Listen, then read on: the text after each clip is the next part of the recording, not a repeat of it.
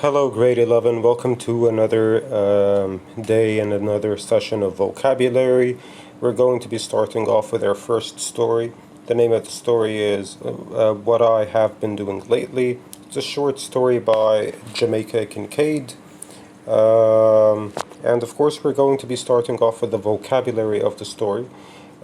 We have a few words that may be new to you. Really quickly, we're going to go through their definitions. So the first word is Porsche, and no, it's not a car. A Porsche is an area in front of a house located in front of its entrance. Usually, you may find some tables, chairs. People would usually sit on the porch outside of the house, read a book. We also have the next word, which is veranda, and it's also a noun. And veranda is a long porch alongside the entrance of a building, and it's used with, and usually with a roof on top. So a porch is just a small area. The veranda is a long area. The horizon, it is when you look with your eyes to the end of the earth that you see in front of you, that is visible in front of you, and you find the sky you find the sky meeting the earth. That line where the sky meets the earth, that's called the horizon. Next word is dutiful. Dutiful is an adjective. It's used to describe someone who works hard or does something out of a sense of obligation because they believe that they have to do it. Like, for example, the employee is dutiful, which means that he's doing his job because he knows he has an obligation. He signed a contract with the company, so he has to obey the rules of the contract. More words: interlaced, connected together by thread.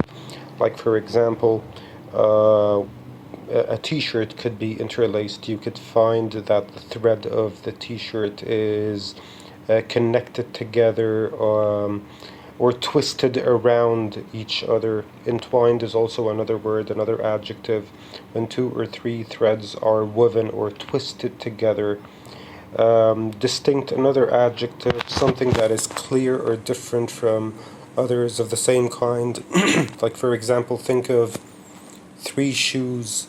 2 of them are made of leather, and one of them is a sneaker.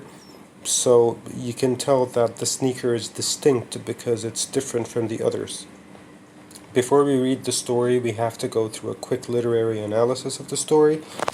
The story talks about a girl in a bizarre dreamland. It also contains some realistic elements such as the trees, monkeys, landscape, cloudless skies. Within the setting, the narrator experiences a kind of double dream. The narrator is on a journey of some sort inside a dream, but the meaning of the journey isn't clear. And regarding the story, before we start reading, we have to ask ourselves some of the following questions. Where does your subconscious take you when you dream? And what kind of weird or strange events happen in your dreams? Have you ever had a dream that contained a message or a lesson? Have you ever dreamed that you were in a familiar place but you felt it was strange in other ways? Let's talk about Jamaica Kincaid really quickly. Well, her teachers described her as a troublemaker, and she grew up on a tiny island called Antigua in the Caribbean. Her real name was Potter Richardson before she adopted the pen name Jamaica Kincaid. So basically, the pen name is the name that people knew her by when she started writing. Kincaid had a rocky relationship with her mother, and it drove her to escape the difficulties of her life by reading and expressing her thoughts in writing using her profound poetic language. Kincaid felt trapped living on an island surrounded by nothing but water and racism. At the age of 17, she left her home and moved to the United States to work as a nanny. And within 10 years of her departure, she had managed to publish many non-fiction stories which quickly grabbed the attention of many other writers, authors, and editors that worked in places such as the New Yorker, for example, which is a very famous newspaper in New York, published in New York.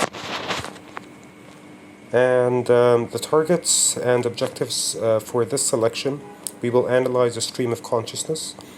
A stream of consciousness is a literary representation of a character's free-flowing thoughts, feelings, memories, emotions, ideas, logical and illogical. You know, basically, your train of thought inside your head, all of the ideas inside your head coming together, flowing freely, and some of those ideas may be logical, some of those ideas may be illogical at the same time, but that is the stream of consciousness, and we're going to analyze the stream of consciousness in the story, and we're going to work on interpreting imagery, like we're going to try to find sensory details that describe what the narrator sees, feels, and hears, deciding their importance within the story. Quick example of interpreting imagery, like either it was drizzling or there was a lot of dust in the air and the dust was damp. The interpretation, does the narrator feel dampness in the air? Yes, she feels dampness in the air. And is the narrator confused about her surroundings? Yes, definitely she is confused about her surroundings, because she says drizzling and then she says dust. And then she says the dust was damp, so she's not really sure. Next, we're going to write a contrast essay. A contrast essay examines two or more topics such as people, objects, ideas. A contrast essay may focus on the similarities or the differences or both together. For example, we're going to talk about a dog. One of the dogs is large, and we're going to call the large dog A. So we're going to analyze the large dog A. A is a large dog. A drools a lot. A eats a lot. And A sheds a lot of hair. Now we're going to analyze another character, small dog, and we're going to call small dog B. So B is a small dog, not a big drooler, doesn't eat so much, not a lot of shedding, so the small dog, so B doesn't shed a lot of hair. Both are friendly, both don't bark a lot, and both are intelligent. So right now what we did was we tried to find the similarities between A and B. We also tried to find the differences between A and B. So we're showing the contrast between A and B, basically. And we're showing the similarities between A and B.